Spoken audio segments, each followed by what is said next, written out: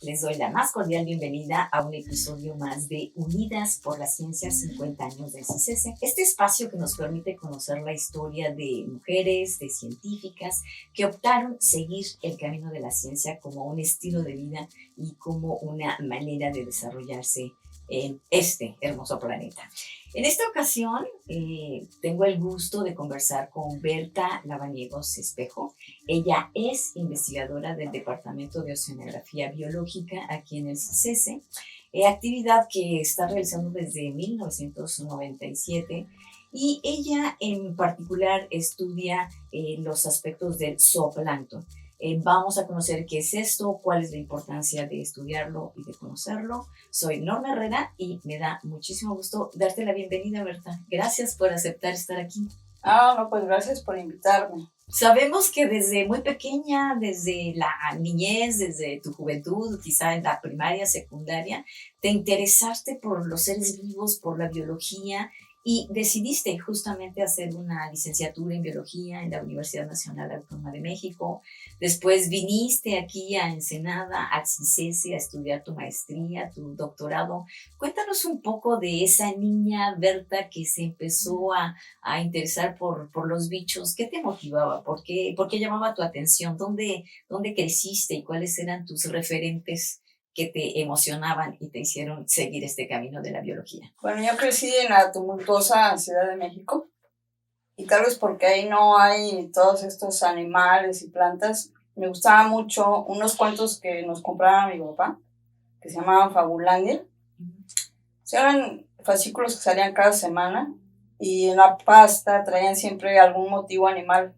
Entonces traían algún animalito y la vida de un ave y de qué vivía, de qué comía, todo eso. Entonces me gustaba mucho eso. Entonces me di cuenta que los animales me gustaban mucho, particularmente los animales, ¿no? También las plantas, pero más los animales. Eso de muy chica, pero ya más, en forma más hacia la biología propiamente fue en secundaria, que teníamos la primera materia propiamente de biología, porque siempre eran como ciencias naturales, y que era un poquito de toda la naturaleza, más hacia geografía y esas cosas.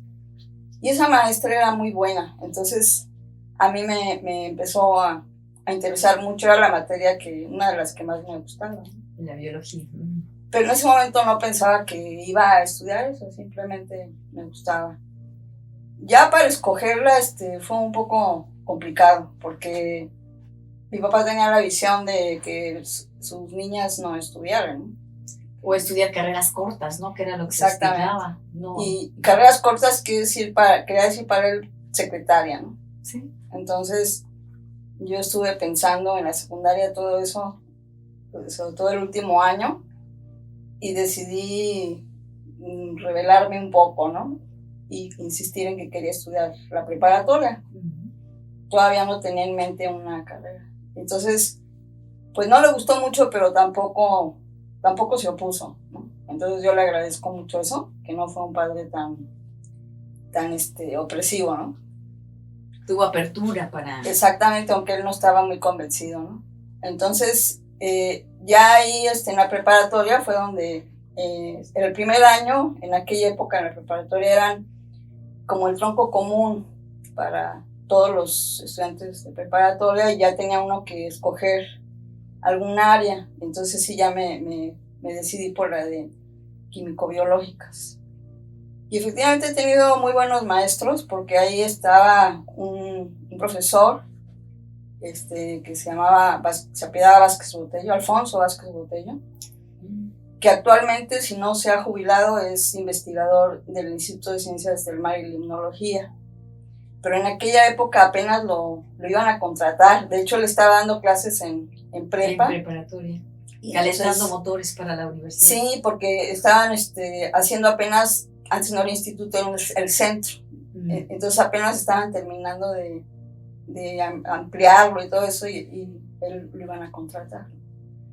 Entonces él nos daba excelentes clases, aparte de que éramos un grupo muy chiquito, era una preparatoria privada, y era un grupo muy chiquito, como de 8 personas, y pues nos encantaba, ¿no?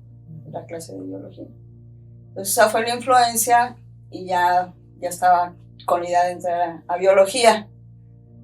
Sí, después dudé un poquito porque también estaba muy influida por todo el movimiento estudiantil que había en esa época. Más bien mi hermano estaba más metido y pues yo ahí jalaba con él. Y el entonces, 68, ¿te refieres al movimiento estudiantil? Un poquito después del 68. 70. Sí, porque yo entré en 74 a la universidad. Entonces, pero seguía la efervescencia de los sí, jóvenes. Hubo un espacio grande antes de entrar a la universidad. Y entonces, pues me decían, no, pues ¿por qué estudias biología? Mejor estudia algo de ciencias sociales, ¿no? Así como por la causa, ¿no? Y entonces sí estuve dudando entre meterme a sociología o biología, pero no, ganó la biología. Qué bueno. Y me metí a biología. Ganó tu impulso que tenías desde niña, ¿no? Y tus referentes, sí, tus maestros. Y que sí me gustaba también. Se me hace muy interesante la sociología. Y dicho sea de paso, hay muchas cosas muy análogas, ¿no? En cómo se estudian las poblaciones humanas y las poblaciones animales, ¿no? Muchas cosas, hay coincidencias, sobre todo que en biología también hay mucha sociabilidad. De hecho, hay una rama que se llama la sociobiología, que estudia el comportamiento de las agregaciones animales, que hay muchísimas, ¿no? Desde las abejas hasta ballenas, bueno, de todo. Entonces sí me interesa. También me llegó a interesar, pero me decidí por la biología. Por la biología. O la etología, ¿no? Que estudia el comportamiento de los animales y que no se puede comparar uno a uno, pero que permite entender procesos sociales y procesos biológicos. Sí. Ya. Bueno, y entonces hiciste biología en la UNAM. ¿Qué decía tu papá? ¿Qué te dijo cuando tú le diste la noticia de que te venías a Ensenada a la maestría? Bueno, eso cuando la carrera era todavía en el DF, ¿no? Uh-huh. Y no les emocionó grandemente porque a él le parecían esas carreras muy aventuradas, ¿no? Biología es una carrera bastante nueva en México porque empezó en los 40s, ¿no? Entonces, como que para él las carreras fuertes pues eran las tradicionales de medicina, ingeniería, derecho, ¿no? Entonces dijo, bueno, pues a ver cómo sale esto, pero como que no apostaba mucho pero me dejó hacer lo que yo quería, ¿no? Y sí, cuando me llegó el telegrama de que me habían aceptado, fue una gran felicidad para mí, ¿no? Yo creo que uno de los días más felices de mi vida, ¿no? Porque era se abrió una puerta de 4 años, ¿no? Adelante. Entonces ya tenía así como resuelto mi futuro inmediato de qué iba a hacer y tenía mucha emoción de entrar a la universidad. Y desde entonces la UNAM pues tenía una gran demanda, ¿no? Como es ahora. Entonces ingresar a la UNAM pues no era fácil, digamos. Tenía su reto, ¿no? Desde entonces había, pero esa saturación de que tú hablas estaba sobre todo en algunas carreras, no tanto en biología. Estaba sobre todo en medicina, que había todos esos rechazados de medicina que después hacían todo un movimiento para conseguir lugares, ¿no? Inclusive algunos se metían, porque les daban una carrera alternativa, y se metían a biología y luego trataban de cambiarse a medicina. Entonces biología no estaba todavía tan saturada. Digamos que nuestra generación la saturó, porque me tocó la generación en donde entraron todos los SHs, o sea, que eran nuevas escuelas que se hicieron, entonces un montón de grupos. Pero allá en ciencias estaban felices con nosotros porque les daba gusto que entrara mucha gente, ¿no? Yeah. ¿Cómo llegaste al CICES? ¿Estudiaste aquí ecología marina, la maestría en ecología marina?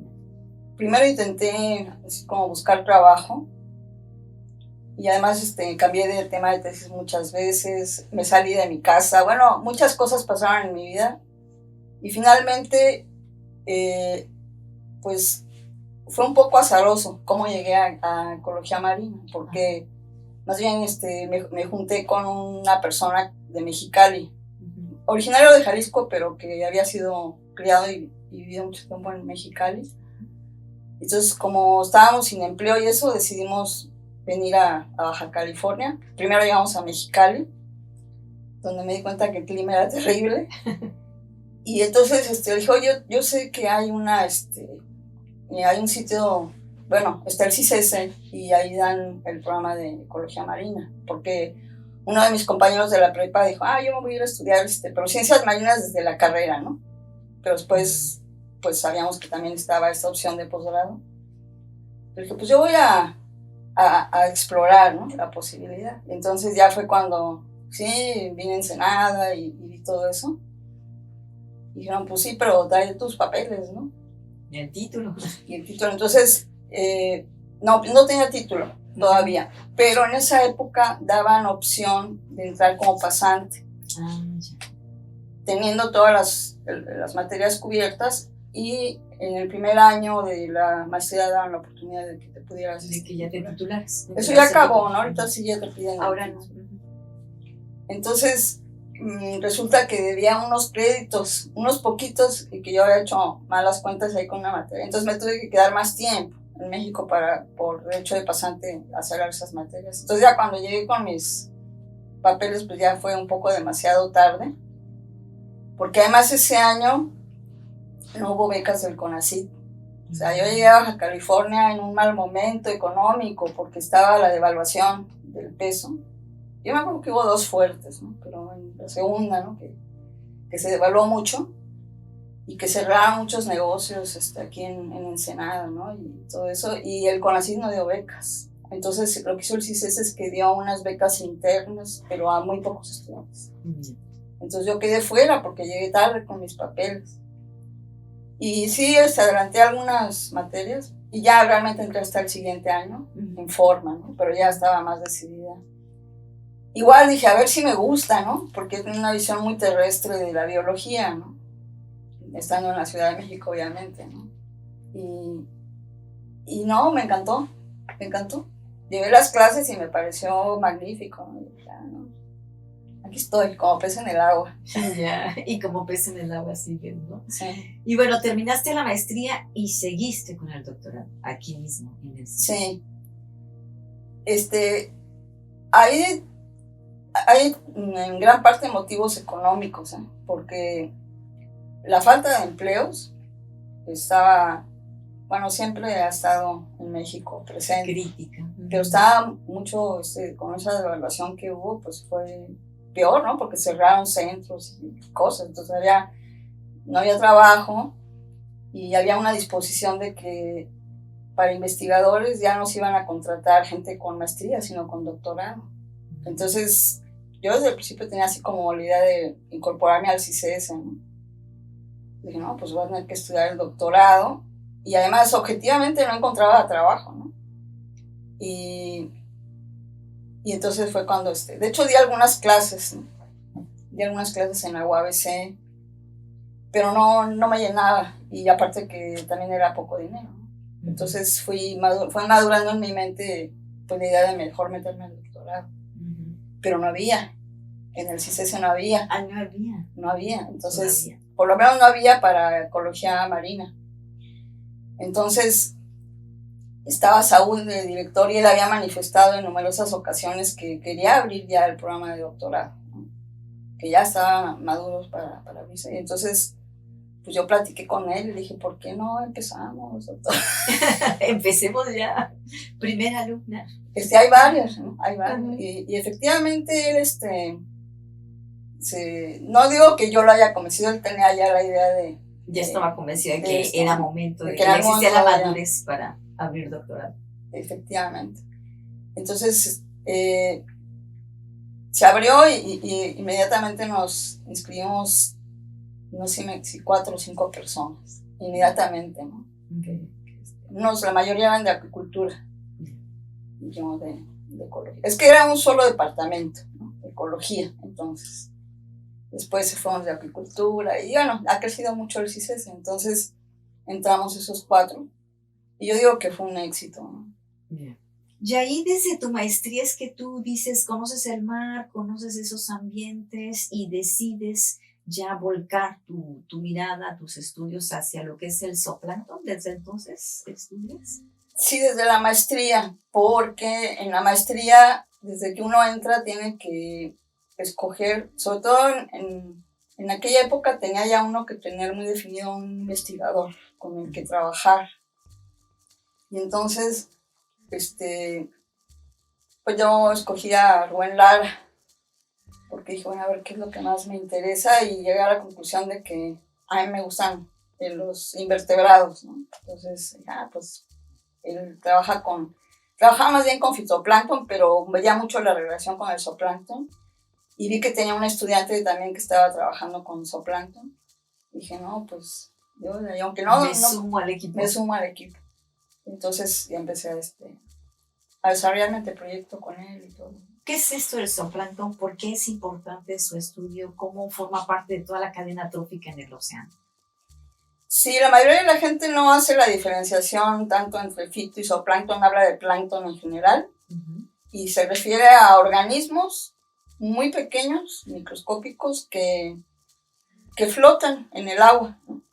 Entonces, como tal, pues son alimento disponible para organismos más grandes, ¿no? Invertebrados más grandes y por supuesto vertebrados, ¿no? Peces y hasta aves, ballenas, ¿no? Muchos organismos, pero sobre todo peces, ¿no? Hablando del plancton, pues hay esta parte del fito y zooplancton. Del fito las plantas y el zoo los animales. Exactamente, o sea, el fitoplancton pues son el equivalente a las plantas, pero con pequeñas células, y es así porque pues tiene que flotar, ¿no? Es su manera de flotar, no puede haber un árbol ahí flotando, ¿no? Entonces son unicelulares, ¿no? Y los animales, bueno, no son unicelulares, algunos sí, pero otros sí son pluricelulares, pero son pequeñitos, ¿no? Tienen que ser muy pequeñitos para poder flotar. Muy bien. Vamos a hacer un pequeño corte y regresamos con esta interesante charla con Berta Lavallegos Espejo. No se vayan, regresamos. Seguimos en esta conversación con Berta Lavallegos, quien nos va a platicar acerca de sus estudios aquí en el CICESE y también de las investigaciones que realiza a Océano Abierto. Berta, gracias por seguir aquí y pues cuéntanos un poco acerca de cómo fue esa primera generación de doctorado en ecología marina aquí en el CICESE. ¿Cómo la recuerdas? ¿Cómo fue? Bueno, yo no tenía mucho contacto con mis compañeros porque ellos eran de acuicultura y estaban físicamente en otro edificio, pero sí nos comunicábamos mucho. De hecho, ellos me dijeron, nos vamos a ir a hacer una estancia de unos meses con unas becas que da la Embajada de Estados Unidos. Y me dijeron, éntrale. Entonces, gracias a eso conseguí una beca de 3 meses que se llamaba de entrenamiento acuático, así le pusieron, ¿no? Pero el caso es que nos daban un poco de dinero para poder estar 3 meses en este caso pues yo me fui a Scripps, ¿no? Y ahí estuvo interesante porque estuve en el laboratorio de Mark Huntley, un investigador de allá de Scripps, y también tuve la oportunidad de llevar uno de los cursos del programa de doctorado de oceanografía biológica. Entonces, pues fue muy enriquecedor, ¿no? Recibir directamente muchas clases de esos profesores muy fuertes, ¿no? Que haya ya compañeros también muy buenos, aunque se me dificultó un poco entender, ¿no? El idioma, pero bueno, uno adquiere fluidez de alguna manera. Pero la ciencia es el lenguaje internacional. Sí, y aparte la exposición ayuda mucho, ¿no? Las presentaciones, todo eso, y lo que sí, pues que los artículos, pues los lee uno más despacio, pero si uno leía lo que dejaban en clase y todo eso, pues era suficiente. Entonces estuvo muy bonito los cursos, también estuve tratando pues de mantener vivos eufausidos, unos organismos ahí que sacábamos, colectábamos ahí enfrente, ¿no? Del pier de Scripps y cultivándolos, ¿no? Ahí, manteniéndolos ahí con alimento y todo eso. Entonces estuvo interesante esa estancia, ¿no? La condición que a mí me había puesto Saúl para que, como empezaba el programa y todo eso, era tener un asesor de fuera, ¿no? Porque, bueno, yo no soy experto. Él entró primero como mi asesor, ¿no? Pero dice, yo no soy experto en zooplancton, ¿no? Entonces tú quieres hacer zooplancton y yo hago más bien fitoplancton, ¿no? Más bien productividad primaria y esas cosas, ¿no?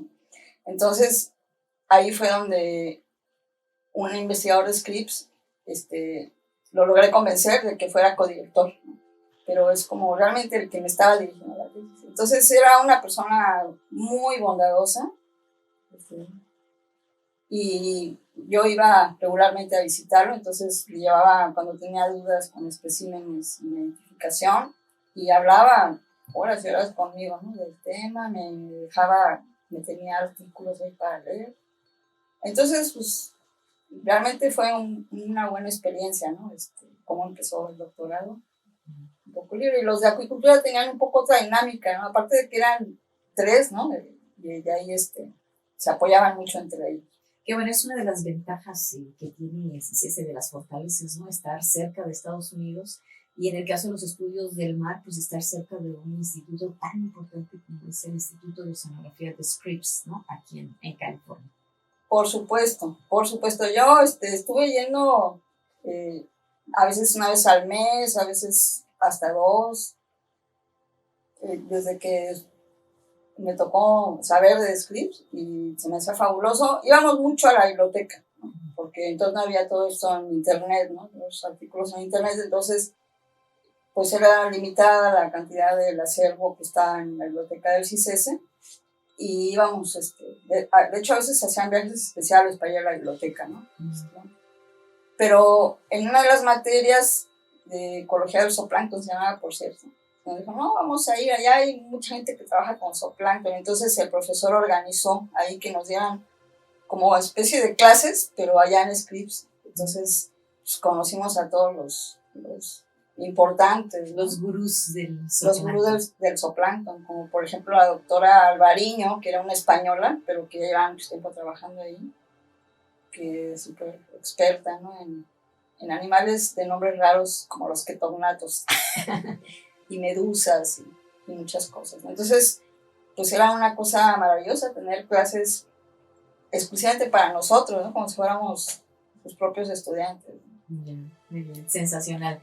Terminas entonces el doctorado aquí en el CICESE y te vas a trabajar a otro centro CONACYT, al Centro de Investigaciones Biológicas del Noroeste, que Ajá. es el CIBNOR, en La Paz. Sí, por esta restricción de que no querían contratar gente recién egresada, entonces yo empecé a mandar papeles y del CIBNOR me contestaron desde que no había acabado, estaba ya en las partes finales de la tesis, pero yo voy a empezar a mandar papeles y solicitudes, ¿no? Y ponía fechas tentativas de titulación. Ajá. Y entonces resulta que ahí hubo una buena oportunidad porque querían abrir un programa de doctorado, pues, pero tenemos mucha gente pocos doctores, ¿no? Muchos de los investigadores entraron aquí con maestría y ¿cómo vamos a abrir un programa de doctorado si no tienen ese grado, ¿no? Entonces estaban contratando gente y el requisito que querían era que tuvieran doctorado. Y entonces a mí me dijeron, pues ya, vente. Yo había puesto un marzo, creo, un mes, ¿no? Así. Ajá. Dije, bueno, pero todavía no acabo, dame chancita. Total que fui llegando hasta agosto, ya ahora sí titulada, y me esperaron. Entonces, realmente son oportunidades que a veces salen y que es un poco de suerte, ¿no? Claro que si no tienes el papel, no las consigues, ¿no? Pero pasa eso, ¿no? Que hay que encontrar las buenas oportunidades. Y aprovecharlas, ¿verdad? Cuando está ahí hay que aprovecharlo. Sí, aparte de que había un programa en esa época de parte del CONACYT que se llamaba Programa de Repatriación y Retención de Investigadores Mexicanos. De repatriación de los que estudiaban fuera y de retención de los que estudiábamos aquí, ¿no? Como era mi caso. En donde ellos pagaban en los 2 primeros años del sueldo de los investigadores, pero con el compromiso de la institución de quedarse ya con ellos, ¿no? Ya. Y todos estos programas de retención y repatriación por la crisis económica que hubo y que orilló a varios investigadores irse del país, ¿no? Sí, o los que se iban a estudiar no querían regresar porque no había muchas opciones. Entonces fue una manera de abrir opciones por parte del CONACYT. Realmente el CONACYT ha hecho un papel fundamental, ¿no? Yo no hubiera estudiado nunca una maestría o un doctorado sin la beca, ¿no? Y creo que es el caso de muchas gentes. Claro. Y de este tipo de empleos colocaciones que son muy buenas, ¿no? Pero que son difíciles de encontrar. El CONACYT ha tenido buenos programas, ¿no? Ok. Ahora, en el año 1997 es cuando ya ingresas como investigadora aquí en el CICESE y llegas a impulsar, formar, cuéntanos tú, esto del programa IMECOCAL, Investigaciones Mexicanas de la Corriente de California, que sabemos pues es la corriente no conoce fronteras, es una corriente que fluye desde Canadá, Estados Unidos, México, más de 3.000 kilómetros de exploración de esta corriente. ¿Qué parte forma en tu vida, en tu currícula, este programa de IMECOCAL? ¿Cómo contribuyes a ¿Cuál es el trabajo que realizas? Bueno, yo añoraba por regresar al CICESE porque, pues, para empezar, el CICESE tenía barcos, se hacían muchos cruceros oceanográficos y en La Paz no. Entonces estaba muy orientado hacia otras cuestiones más experimentales de laboratorio y eso. Entonces yo añoraba por regresar al CICESE, ¿no? Con esa visión, ¿no? Del CICESE, de hacer oceanografía, todo el grupo de física muy fuerte, ¿no? Que hay ahí también, y que era de mucho apoyo en los cruceros. Muy interdisciplinario el trabajo, ¿no? Entonces, yo estaba en contacto, y también con gente de Scripps, seguía en contacto, y entonces en esa época andaban con los americanos tratando de convencer a la gente de CICESE que retomara el hacer más cruceros, ¿no? Porque ellos antiguamente hacían cruceros muy extensos y se metían a la parte mexicana. ¿Por qué? Porque no tiene fronteras la corriente. Entonces ellos querían abarcar todo el hábitat de la sardina para poder estudiarla. O sea, bueno, es que a veces está allá, a veces está acá, si no mostramos en México nos perdemos la ubicación no las podemos encontrar y no las podemos cuantificar, etc. Entonces había toda esa labor de convencimiento, tanto con nosotros como con la gente de La Paz, ¿no? Del Cisimar y todo eso. Pero finalmente, pues yo era muy amiga de Gilberto Bagiola, que pues ya desafortunadamente falleció. Y él dijo, ay, pues animémonos a hacer acá cruceros, pero integrando gente de diversas instituciones, no nada más el CICESE. Entonces estaban incluidos el CICIMAR, estaban incluidos el CINOR, estaba inclusive gente de pesca, ¿no? Estaba Yanira Green, que era una de Mazatlán, de pesca de Mazatlán. Uh-huh. Y de Ensenada pues también estaba la UABC. Y entonces fue que decidimos nombrarlo así como Investigaciones Mexicanas de la Corriente de California, y con proyectos del CONACYT empezamos a conseguir dinero para hacer los cruceros. Así fue como empezó. IMECOCAL, que estudia, digamos, los procesos de la física, la biología de esta corriente. Sí, y de hecho son básicamente la parte del fitoplancton y toda la productividad que generan, ¿no? La parte de zooplancton y la parte de peces, aunque nosotros analizamos más que nada las larvas de peces, ¿no? Y los sitios de desove y todo eso, porque no pescamos así con redes grandes, ¿no? No hacemos, ese trabajo lo hace más la gente de pesca. Pero la idea era pues ver la cadena trófica, ¿no? Pelágica, de mar abierto. ¿Por qué? Porque las sardinas pues no están siempre, o sea, no vamos con nuestra rancho y no las vamos a encontrar necesariamente ahí, en la orilla. Andan bastante afuera, ¿no?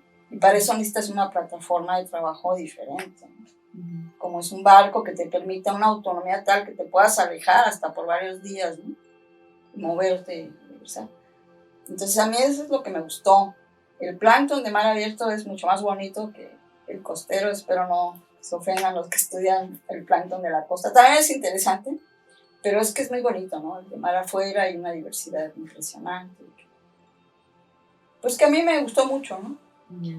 En esos estudios de mar afuera, pues la herramienta fundamental son los barcos. CICESE ha tenido dos, el Francisco de Ulloa y ahora el Alfa Helix. Uh-huh. ¿Tú has participado en cuántos cruceros? Y cuéntanos cómo es la vida a bordo de una mujer tratando de explorar este mar abierto. Pues era muy agotador. De hecho, estábamos haciendo 4 cruceros al año, entonces muy agotador.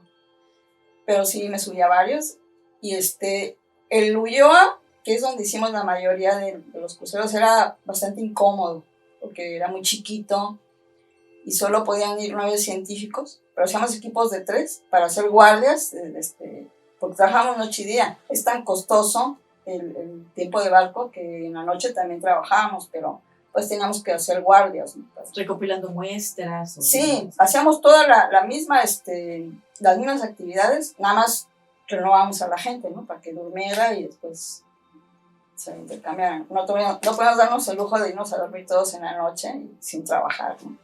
Igual que le hace la tripulación tiene que estar navegando el barco todo el tiempo, entonces tienen sus guardias, ¿no?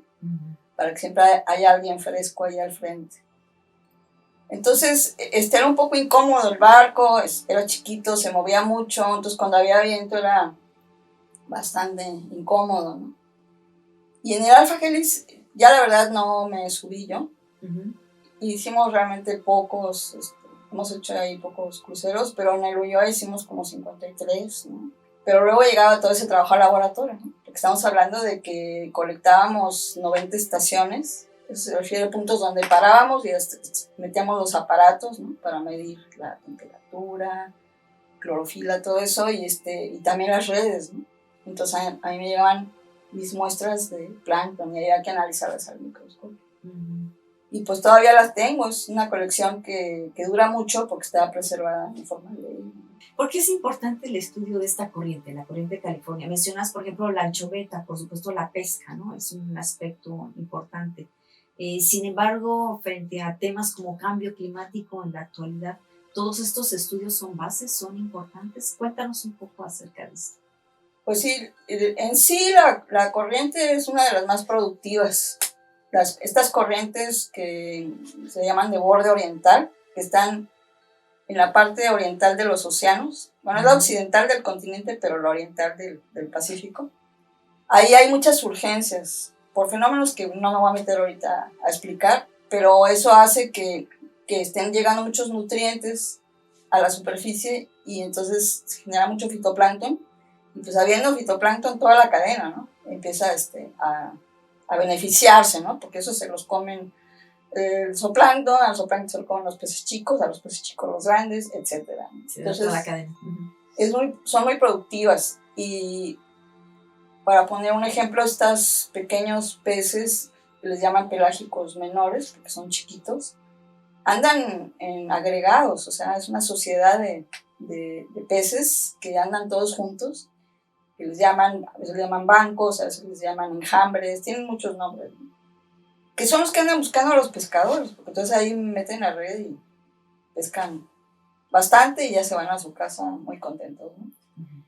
Entonces, pero pues igual los depredadores también andan tras ellos, ¿no? Entonces hay toda esa riqueza, ¿no? De esos pelágicos menores, que son sardina, anchoveta, la macarela, que creo que le dicen el charrito también.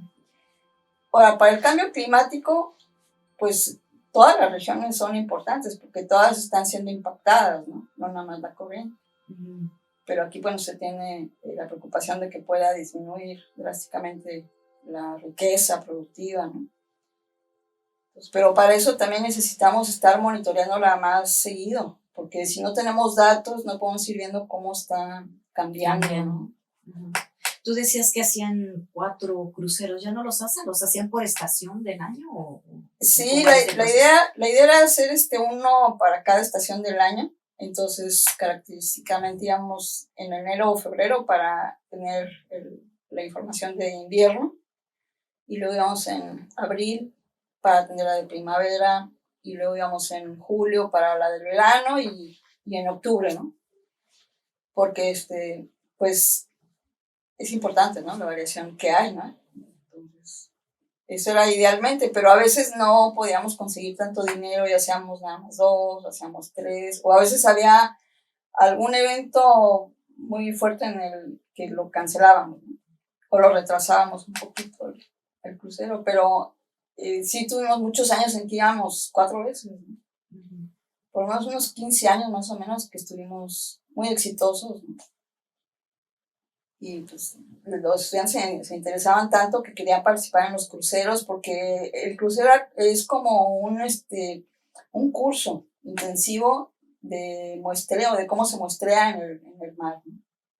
Entonces, cuando se trabaja en cubierta, todos colaboran, ¿no? No importa que tú seas del fitoplancton, de todas tienes que ayudar a echar todos los aparatos, las redes, cronometrar todo. Ya después cada quien se va con sus cosas, ¿no? Con sus muestras y ya es lo propio. Lo propio. Entonces, querían tener esa experiencia a los estudiantes para saber cómo se trabaja, porque es muy diferente, ¿no? Muy diferente que cuando estás trabajando en una pequeña embarcación cerca de la costa. Entonces eso también fue un éxito del INECOCAL, que pensamos que íbamos a batallar para gente que se quisiera subir y no, resulta que a veces teníamos que escoger porque había mucha gente porque ya había mucha demanda. Y pues bueno, era una experiencia única, ¿no? Estar trabajando a bordo y con un grupo tan interdisciplinario. Sí, a los estudiantes les fascinaba, les fascina, ¿no? Les fascina los cruceros. Vamos a hacer un pequeño corte, pero regresamos en esta conversación con Berta Lavaniegos y sus estudios a mar abierto. No se vayan, regresamos. Regresamos en este interesante episodio con Berta Lavaniegos. Berta, nos comentabas de estos cruceros INECOCAL como un programa de monitoreo continuo. ¿Sigue? ¿Continúa? ¿Cuáles son los retos a los que se enfrenta y por qué sería muy importante continuar con eso? ¿Hace falta formar un nuevo recurso? ¿Cuáles son los retos para INECOCAL? El reto principal es el financiamiento. Yo percibo, creo que algunas personas no estarán de acuerdo con esto, pero yo percibo que la oceanografía está rezagada y debe tener un apoyo especial, y el apoyo sobre todo a los cruceros y también para equipos que son muy caros y muy fáciles de perder, ¿no? Que se te descompone y se va al fondo del océano, ¿no? Entonces, siempre nosotros te sugerimos que sería bueno que el CONACYT hiciera algún fondo para cruceros, que donde se sometieran proyectos que requieren cruceros, y claro que van a ser analizados de que tengan la calidad científica adecuada, la importancia, todo que se resalte ahí, todo muy bien, las hipótesis, como cualquier otro proyecto, pero que sea especial para la realización de cruceros. Porque lo que pasa es que ponen en la misma bolsa a muchas cosas de la ecología en general, no nada más la marina y de la biología. Entonces, lo primero que hacen los revisores es que dicen, es que es muy costoso, es mucho dinero, y reducen. Entonces eso es lo que hace que luego no nos alcance para más cruceros. Para las campañas. Entonces definitivamente la oceanografía es cara, pero eso no quiere decir que no se le deba de apoyar. Es como las observaciones astronómicas, ¿no? Los telescopios son muy caros y entonces requieren apoyos especiales, ¿no? Y México es sobresaliente, ¿no? En el trabajo astronómico. Entonces algo parecido, no idéntico, pero parecido, debe de tener oceanografía. Porque también los físicos se han topado de que a veces quieren adquirir equipo de boyas especiales o estos gliders que están ahora tan de moda, son carísimos, ¿no? Entonces, a veces se los aprueban, a veces no, y consiguen uno por ahí cuando los americanos ponen docenas, ¿no? En el mar, y realmente es cuando se ve que vale la pena la información, porque entonces son como robotcitos que van solitos recorriendo y registrando mediciones con sensores de temperatura, qué sé yo, y entonces obtienen muchísima información, y a la larga eso abarata, porque ya no tienen que estar mandando tantos barcos. En las cuestiones biológicas todavía hay que salir, ¿no? Para poder traer organismos, pero mucha información se puede hacer ya de esa manera con pequeños robots, ¿no? Entonces, el principal problema es el financiamiento, y que creo que el CONACYT debe dar un apoyo especial para impulsar eso, porque lo que está pasando es que la gente pues ya no se aventura a hacer cruceros, entonces está quedando muy costero otra vez esto. Y bueno, México siendo un país que está rodeado de mar, ¿no? Entonces eso varía. Eso es la paradoja. Necesario, importante, ¿no? Esa es la paradoja, ¿no? Por ejemplo, ahorita el Alpha Helix lo mandaron al Golfo de México porque ahí es donde hay un proyecto grande que tiene dinero para pagar. Y de todas maneras costea porque los otros buques están más caros, ¿no?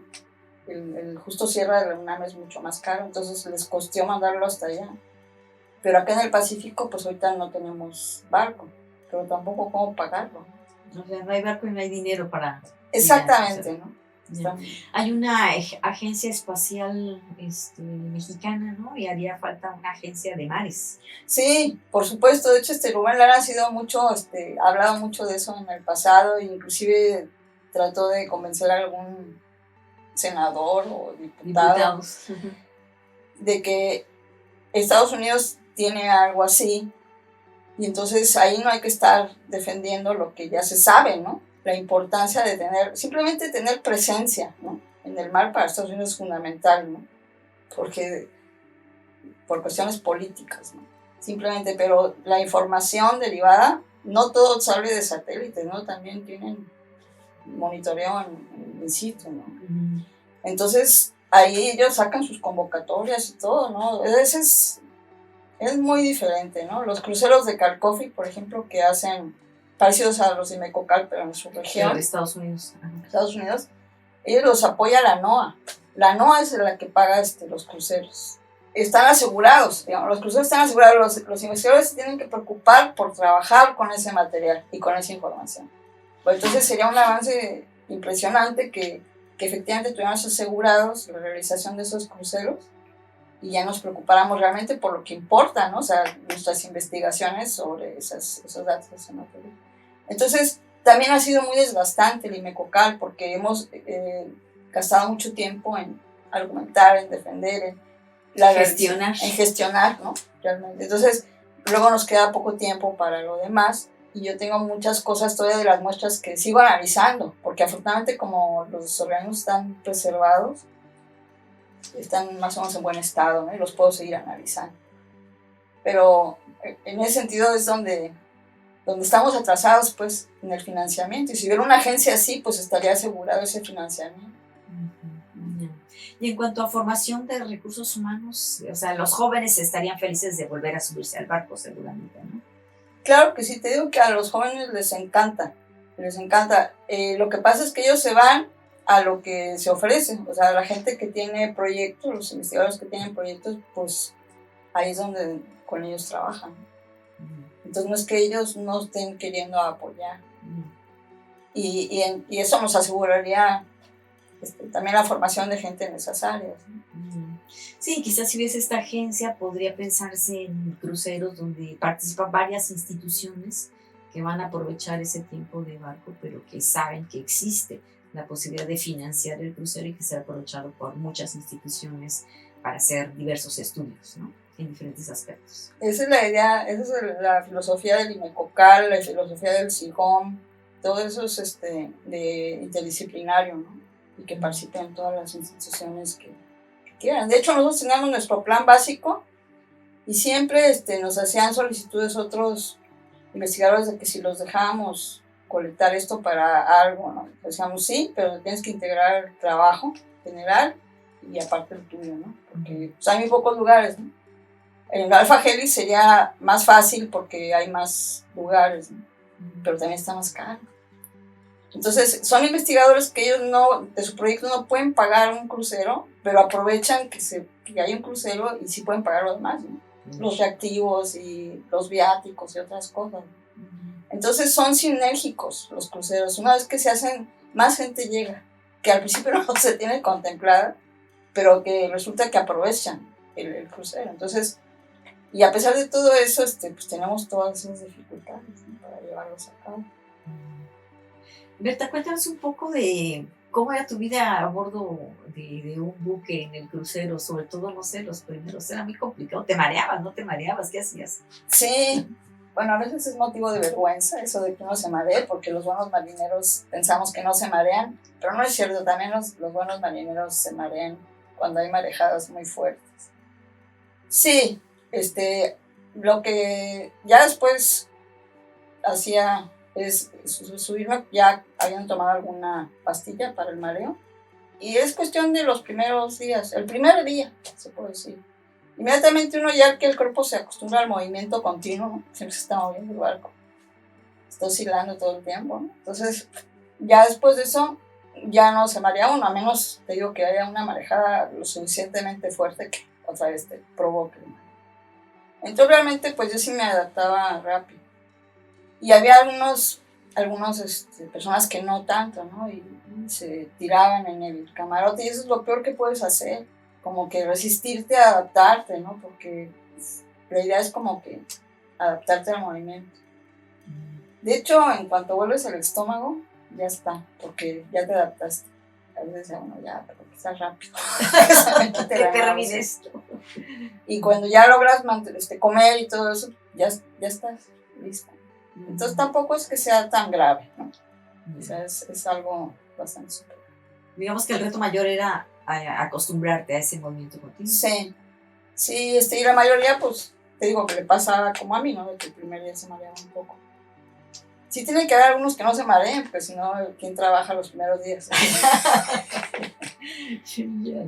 Pero siempre ¿Y por el hecho de ser mujer era más complicado o...? Sí, no. A veces teníamos, a la hora de organizar los camarotes, era complicado porque siempre tenían que ir por pares, ¿no? Las mujeres para meter 2 mujeres en un camarote. Y entonces no podían ir nones. Pero era para hombres y mujeres, ¿no? En cuanto a eso, pero no había ninguna restricción en cuanto a que participaran. Ahora, sí puede llegar a ser incómodo. Me tocó ir alguna vez en donde nada más era yo, la única mujer, y sí es incómodo porque, pues no sé, el hecho de que haya puros hombres, no puedes, también es importante platicar con mujeres, ¿no? Y algunos, sí te descalifican, o sea, sin decírtelo, de por estás ahí, ¿no? Como que es un ambiente de hombres, ¿no? Te hacen sentir mal, pues, ¿no? Entonces, pero en los cruceros de Mecocal casi siempre iban varias mujeres, ¿no? También. También hay otra cosa que hay que cuidar ahí, es cuestiones de acoso, ¿no? Que en algún momento dado se pueden dar, pero no, de hecho hay una cláusula, ¿no? No está permitido, tampoco las bebidas, las drogas, todas esas cosas, ¿no? ¿Qué fue lo más maravilloso y lo más terrible que recuerdas de un crucero? Bueno, lo más maravilloso, y eso fue un crucero que me invitaron los americanos, en uno de sus buques, que vi una espectacular agregación de medusas, pero en la noche. De hecho, al principio no sabíamos que eran medusas, nada más veíamos fosforescencia en el mar, ¿no? Bioluminiscencia, ¿no? Entonces, vamos a ver qué es, y ya vimos que eran medusas. Entonces eso se ve muy espectacular porque está oscuro todo el mar, las estrellas y las medusas. Entonces, eso me encantó, pero bueno, otras cosas también he visto, ¿no? ¿Y lo más terrible? ¿Te tocó alguna tormenta? Sí, pues lo más terrible es el mal tiempo, sobre todo en los primeros cruceros en el Golfo de California. Resulta que ahí por cerca de Guanas, por ahí, se hacen unos que les llaman toritos, que son unos vientos ahí terribles. Entonces el Ulloa se movía como licuador. Entonces sí estaba todo el mundo así, se caían cosas. Y sí es un poco atemorizante. Como cuando te tocan las turbulencias en el avión. Sí. Algo similar. Pero muy fuertes, ¿no? Que dices, oh, esto se va a caer, ¿no? Entonces también pensamos que se iba a voltear, pues es que se ladean y en otro lado. Hay otras tormentas que eran fuertecillas, pero no tanto, y hasta son divertidas, ¿no? Porque estás ahí también. No sé, es divertido. Los cruceros, muy bien.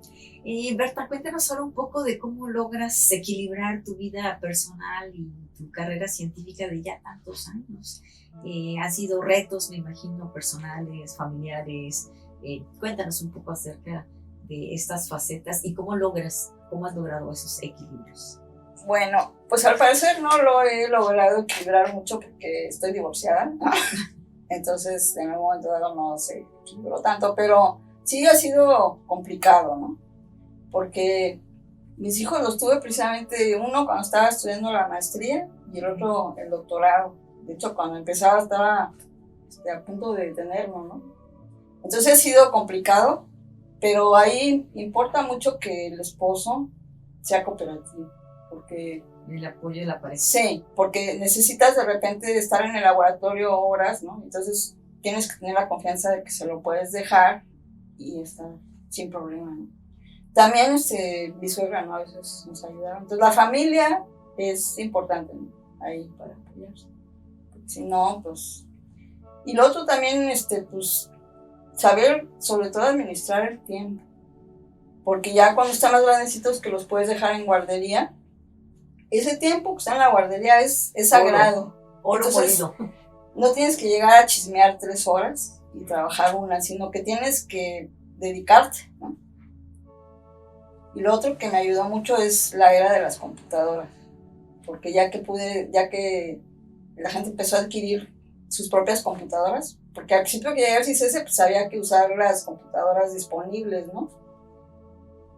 Pero ya que fueron accesibles y que puedes tener tu propia computadora, pues en mi casa trabajaba mucho, ¿no? Entonces ya cuando estaban dormiditos, ahí podía trabajar, organizar. Pero pues el laboratorio no, o sea, el laboratorio fuerzas tienes que ir, ¿no?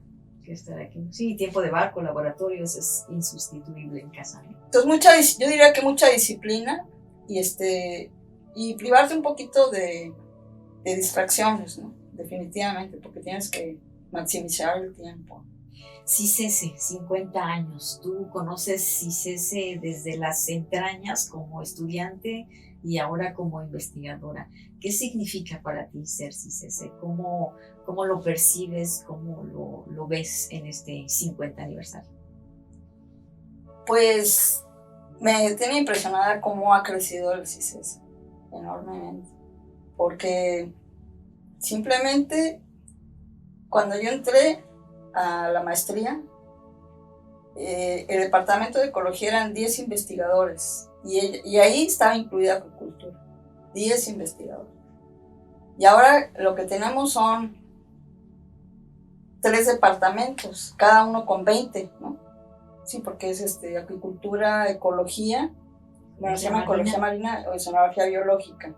Entonces, de esos 10 se han hecho todos esos. Pero aparte hay otra nueva división, ¿no? Que son estas ciencias de la vida y que están todas esas investigaciones biomédicas que cuando yo llegué no estaban. Todas esas. Entonces, esas son nuevas. Oceanografía física ya estaba desde los más viejos, pero también ha crecido mucho, es un departamento muy grande, ¿no? Y así, entonces, no se diga, por ejemplo, en óptica tenían un piso, ya le echaron otros 2 pisos, entonces ha crecido muchísimo, ¿no? Y eso es lo que más me impresiona, se ha diversificado también los programas.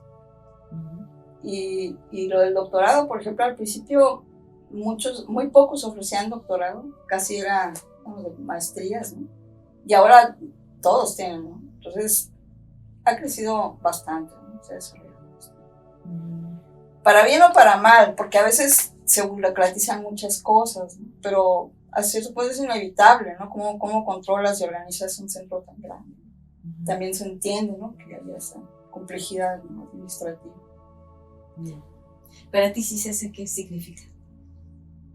Pues muchísimo, porque son 40 años, ¿no? Prácticamente los que he estado, si contamos desde que era estudiante. Entonces, aquí encontré para mí significa más que nada oportunidades, ¿no? Porque aquí también eso me permitió conocer al doctor Brinton, que fue el que me dirigió la tesis de doctorado finalmente, junto con Rubén. Entonces, pero el CICESE me daba todo el apoyo, ¿no? Para poder ir allá y volver, etc. Entonces, muchas cosas de allá, pero muchas de aquí también, ¿no? Porque, por ejemplo, todo este grupo de oceanografía física, que ya los he mencionado varias veces, pues son muy importantes en los cruceros, porque ya nosotros como biólogos no nos preocupamos para nada de los aparatos físicos ni nada y tenemos datos excelentes, porque ellos sí se preocupan por eso. Entonces, yo aquí aprendí a trabajar de esa manera interdisciplinaria, ¿no? Que no conocía. Entonces sí, aprendí cosas nuevas realmente. Igual, yo nunca había usado una computadora. Digo, no es que no hubiera en México, pero y aquí pues ya no dicen, no, pues ahí en la Prime vayan y está el programa no sé qué. Y así mis pininos, ¿no? Ahí en computación. Y entonces se me abrió realmente un mundo así nuevo, muy muy moderno, ¿no? Muy Sí. moderno, o sea, Un mundo interdisciplinario, sí. un mundo cooperativo, ¿no? Finalmente, Berta, ¿qué mensaje podrías darle a los niños, a la niñez, a la juventud que está interesada en una carrera de ciencia? ¿Es posible hacer ciencia en México? ¿Es posible llegar a ser una científica? Claro que sí. De hecho, han crecido mucho la ciencia en México. Lo que necesitamos es más apoyo, definitivamente. Más apoyo económico. De ahí sale todo, ¿no? Entonces, pero a los estudiantes lo que les diría es que sigan su vocación más que nada, porque si no te interesa, no te va a entrar la ciencia, ¿no? Y que sean disciplinados, que lean mucho, porque es también una cuestión de mucho leer, que aprendan inglés, porque muchas veces no se quiere agarrar las cosas que están en inglés y ahí viene la mayor parte de la información. Entonces, que lean mucho es muy importante. Ujú.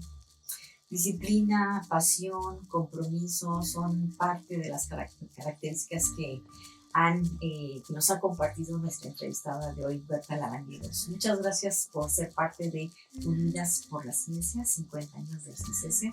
Gracias por compartir tu historia y gracias a quienes nos han acompañado en este episodio. Seguiremos con más historias. Unidas por la Ciencia, 50 años del CICESE.